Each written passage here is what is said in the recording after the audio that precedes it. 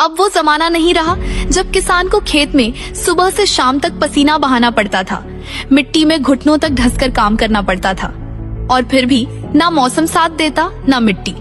जरा सी बारिश हुई नहीं कि खेत में पानी भर गया, फिर मिट्टी में कीड़ा, जड़ में सड़न और मेहनत गई बेकार।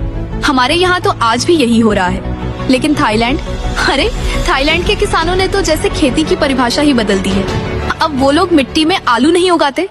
हाँ, आप सही सुन रहे हैं। अब वहाँ के किसान मिट्टी छोड़कर हवा में आलू उगा रहे हैं। इस नई तकनीक का नाम है एरोपोनिक्स। अब इस तकनीक में खेत जोतने की जरूरत नहीं, ना बैलों की, ना ट्रैक्टर की, ना ही बारिश के भरोसे बैठने की। आलू की फसल अब उगती है एक खास कमरे के अंदर, जिसे एरोपोनिक चैम्बर कहा जाता है। इस चैम्बर में क्या होता है? आलू के पौधे की जड़ें मिट्टी में नहीं बल्कि हवा में लटकी रहती हैं, और इन जड़ों पर दिन में कई बार एक खास पोषक पानी की धुंध छिड़की जाती है। इस पानी में सारे जरूरी पोषक तत्व मिले होते हैं, मतलब ना कोई खाद की जरूरत, ना कीटनाशक की। कोई कीड़ा नहीं, कोई बीमारी नहीं, कोई पानी भरने का डर नहीं। गजब की बात यह है कि इस तकनीक से उगे हुए आलू कभी भी गंदे नहीं होते, एकदम चमकदार, साफ और सुंदर।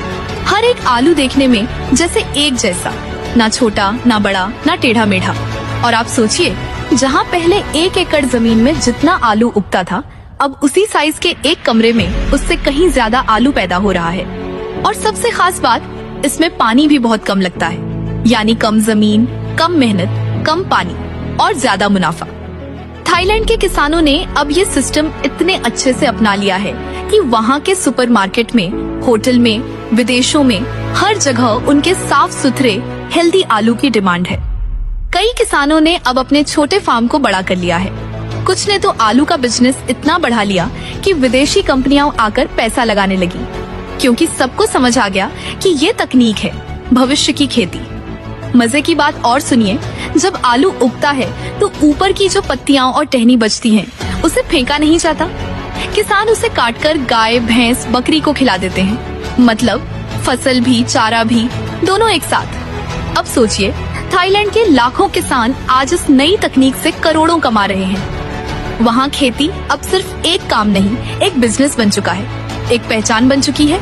और हम आज भी खेत की मिट्टी खोद रहे हैं। बारिश आई तो तबाही, धूप ज्यादा हुई तो सूखा, कीड़ा लगा तो बर्बादी, फिर भी वही पुरानी सोच, वही पुरानी पद्धति। अगर हम थाईलैंड जैसे देशों से कुछ सीखें, थोड़ा सोच बदलें, थोड़ा विज्ञान अपनाएं, तो क्या हम भी नहीं कर सकते ऐसे आलू की खेती? सोचिए, अगर हम भी अपने गांव में, शहर में, छत पर,